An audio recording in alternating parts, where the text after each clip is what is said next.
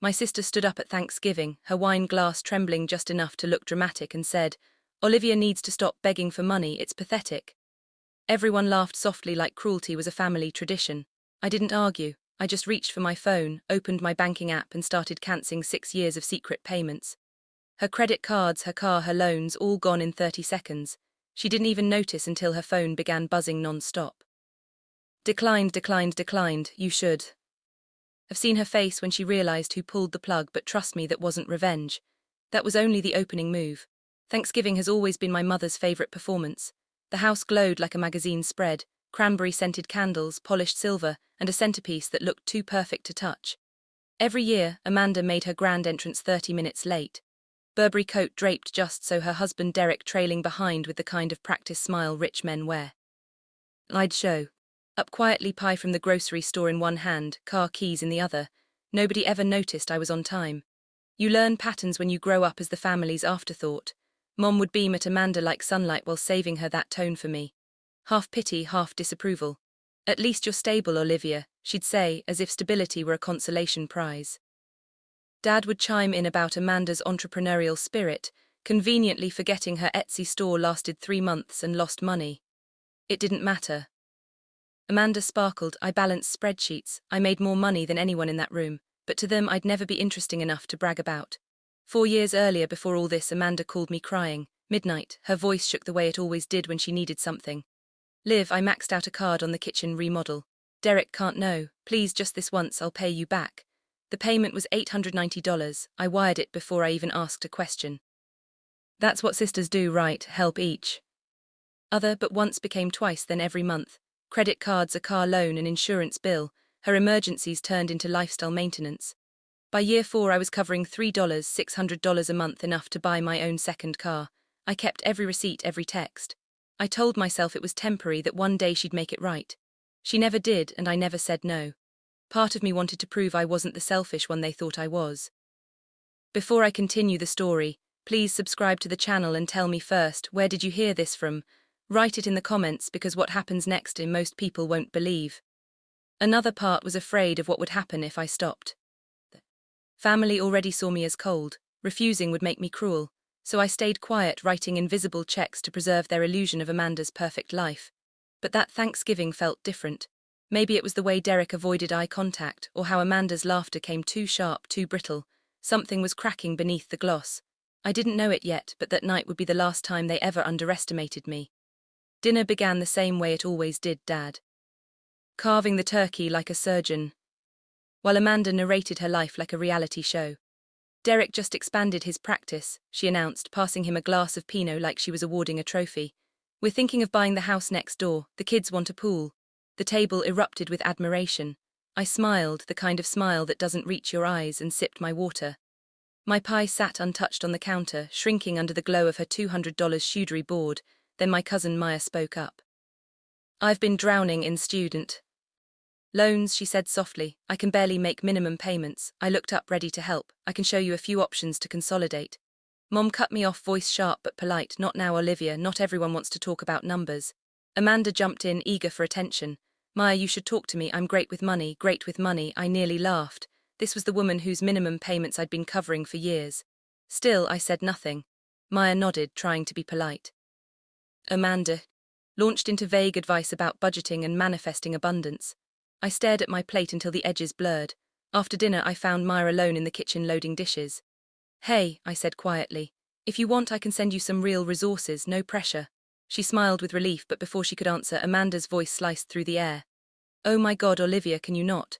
She was standing in the doorway, wine in hand, expression sharp enough to cut glass. "I was just offering." "She doesn't need your lectures," Amanda snapped. "She needs actual help." I froze. "I work in finance, Amanda." She laughed. "And yet you can't even manage your own money. Everyone knows you're always broke. That's why you live in that tiny apartment." The words landed like slaps behind her. Dad appeared, drawn by the noise. "What's going on?" "Amanda's right," Mom said quickly. "If you're struggling, Liv, you can tell us." I stared at them. Struggling? Amanda's eyes glittered. "She's always asking me for money, Dad. It's embarrassing." That did it. My heart started pounding so hard I could hear it in my ears. For a second I thought maybe I'd misheard, but the pity in Mom's face told me I hadn't. I had spent 4 years quietly funding her perfect life, her designer handbags, her spa days, her vacations, and now in front of the whole family. She was rewriting the story, painting me as the beggar. My hand shook, but my voice didn't. "I've never asked you for a single dollar, I said. Amanda tilted her head, smiling like I was being dramatic. "Liv, just stop. It's fine, we get it, but it wasn't fine." It was the moment everything I'd swallowed for years began to burn its way back up. The kitchen went still. Even the clinking of dishes stopped. Amanda stood there, cheeks flushed, eyes bright with victory. She thought she'd humiliated me, but something inside me shifted quietly, almost peacefully, like a final switch flipping off. I pulled my phone from my pocket. "You're right," I said softly. "I should stop asking you for money," she smirked. Finally, some self-awareness. My thumb opened my banking app. 6 scheduled payments appeared in blue lines across the screen. Her credit cards, her car loan, her insurance, her household bills. 4 years of handouts disguised as sisterly love. "Family helps family, right?" she said, sipping her wine. "Right," I answered, "but maybe not like this." The room watched me, unsure what I was doing. Then one I began cancelling every payment.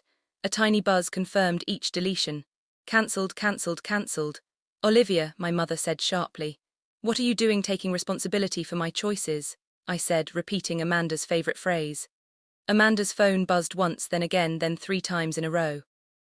She ignored it at first, but the alerts came faster, one after another, until the room filled with the sharp digital hum of her life falling apart. "What's that?" Dad asked.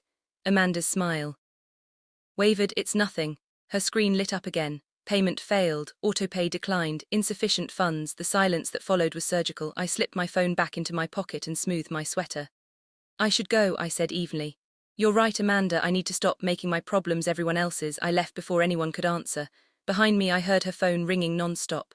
Chase, Capital One, the ghosts of every secret bill I'd been paying. At home I poured myself tea and opened my laptop. Years of bank records sat waiting.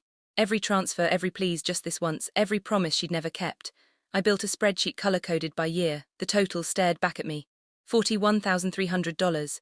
When her first frantic voicemail arrived, I didn't answer. Then came more. Her voice swung from angry to desperate to tearful. "Olivia, please, I don't know what you did, but Derek's asking questions.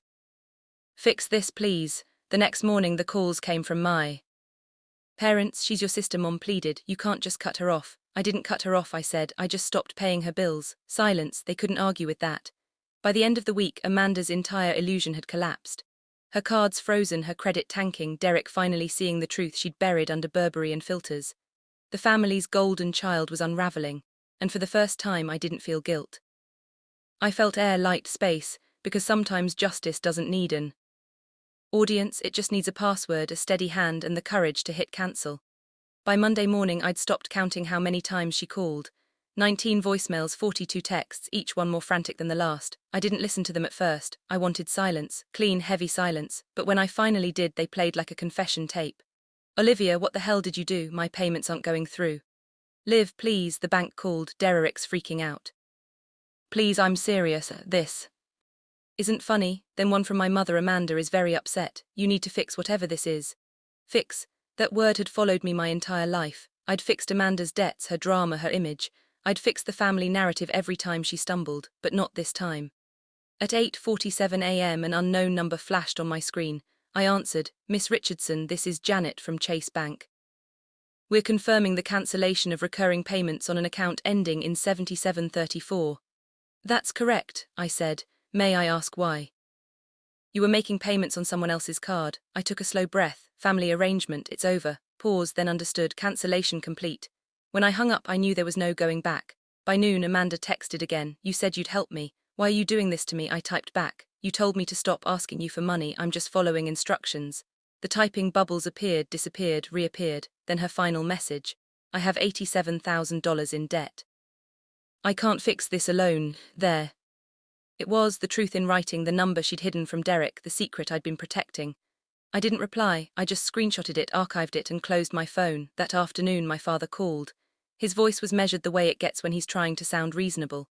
"Olivia, your sister's in serious trouble. The credit card companies are threatening to send her to collections."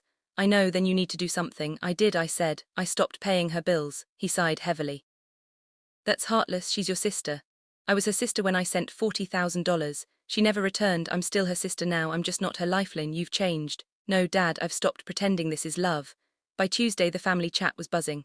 Aunt Susan called to check in. Then Brian texted, followed by a voicemail from Maya. I ignored them all until Maya's second message came through. Olivia, I just found out. She told everyone you were begging her for money while you were paying her bills. That's insane. I could hear the disbelief in her voice. You have to tell people the truth. I don't need to, I said quietly. The truth's already catching up, and it did faster than I expected. Thursday evening, my phone rang again. Derek. For a second I almost didn't answer, then I did. Hey, he said, voice tight. I wanted to hear it from you. You've been paying her credit cards. Yes, for how long? 4 years. Silence. Then a sound halfway between a sigh and a laugh. Jesus Christ, I didn't want to get between you two. You weren't between us. You were under us holding her up. I didn't know what to say. He kept going. She told me you were jealous that you couldn't manage your own money. I believed her. I swallowed. Now you know. Yeah, now I know. Derek wasn't angry. He sounded tired, the kind of tired that comes after years of denial. He thanked me, then apologized, not for Amanda, for believing the wrong person. Friday morning, Amanda showed up at my apartment. No makeup, eyes swollen. Wearing sweatpants that probably cost more than my entire outfit. She looked small for the first time in her life. Can I come in? I should have said no, but I stepped aside. She sat at my kitchen table, tracing a finger along the edge of her coffee mug. I messed up. Yes, I said, I was drunk at Thanksgiving. I just wanted them to think I was doing well. I didn't mean what I said. You called me a beggar. Her lip trembled. I was scared. Derek was getting suspicious. I thought if I made you look worse than you, I finished for her. She nodded. I don't know what to do, Liv. The credit cards are frozen. The car might get repossessed. Derek's furious. I stayed quiet. Please, she whispered. Just for a few months, I'll get a job. I'll pay you back. You've been saying that for 4 years. Her tears came fast, ugly, real. You don't understand. I'll lose everything. No, I said softly. You already did. She blinked at me like she hadn't processed it yet. I stood and opened the door. I can't, I said. Not. Again, she hesitated. I really am sorry. I believe you're sorry it's over, I said, but I don't think you're sorry for what you did. She left without another word. That night I sat on my couch, my small, quiet couch in my small, quiet apartment, and exhaled for what felt like the first time in years. My phone vibrated once, a new text from Derek. She's telling the truth about being sorry. I'm handling it. She's working now. Thank you for everything. I didn't reply, not yet. Some things don't need words, because revenge isn't always fire and spectacle. Sometimes it's the slow, steady silence of a door that finally stays closed. And in that silence, for the first time, I heard my own life start again. By the time spring came, the story of that Thanksgiving had been picked clean by every branch of our family tree. The older generation whispered that I had gone cold, while the cousins quietly called to say I'd done the right thing. I didn't correct anyone. I was tired of correcting people. Derek sold Amanda's SUV and bought her a used sedan. He cancelled the Turks and Caicos trip, took over all their accounts, and set up automatic transfers to pay down her debt. Amanda started working at a local boutique 40 hours a week on her feet. The girl who used to post from luxury resorts now posted pictures of folded sweaters and discount handbags. Mom tried to stage family dinners to reconcile us. I went, but I didn't play the old role anymore. I brought my own dessert, smiled. Politely left early. Amanda avoided my eyes, and I didn't chase her down to make it better. One morning, about 6 months after that night, my phone buzzed with a payment notification. $500 deposited to my account. A message followed: first payment. It'll take me 16 years, but I'm going to pay you back every dollar. I stared at it for a long time. Part of me wanted to send it back. Another part knew she needed to do this for herself. I typed 2 words: received. Thank yous. Life moved quietly. After that, I redirected that $3, $600 a month into investments. By the next Thanksgiving, my portfolio was up 34%. I still lived simply, but now every piece of furniture, every quiet morning coffee felt like mine. Paid for, earned, untied from anyone else's chaos. At Christmas, Amanda and I stood side by side in Mom's kitchen again, strangers who shared the same childhood. She handed me a plate of cookies without meeting my eyes. I'm working on it, she said. I know. I told her it wasn't forgiveness, it was acknowledgement. Maya hugged me before she left that night. You taught me not to let people walk all over me, she whispered. You did that by finally not letting them walk over you. That's when I realized the truth. The moment I stopped being the family scapegoat wasn't when Amanda's phone lit up with declined payments. It was when I stopped apologizing for doing what was right. A year later, Thanksgiving looked smaller. Fewer guests, less noise. But for once, the quiet felt right. I sat at the same table where everything had fallen apart 12 months before and realized I wasn't waiting for anyone's approval anymore. I'd spent most of my life trying to be the sister who fixed things until I learned that fixing others can break you in ways no one sees. Amanda was polite, calm, almost shy. She passed me the mashed potatoes, and for the first time there was no hidden performance behind her smile. I didn't feel anger anymore, just distance, the kind that finally feels peaceful. I left early, walked out into the cold night, and thought about all the things I'd bought back with my silence, my dignity, my savings, my self-respect. I used to think revenge meant making them hurt, but real revenge is just living well, unbothered, free. If you've ever been the one who held a family together until it broke you, this story is for you. Drop a comment and tell me where you're listening from, your stories. Remind me I'm not alone. And if you believe that setting boundaries isn't cruelty but courage, hit subscribe. There are more stories like this about people who finally stopped apologizing for saving themselves.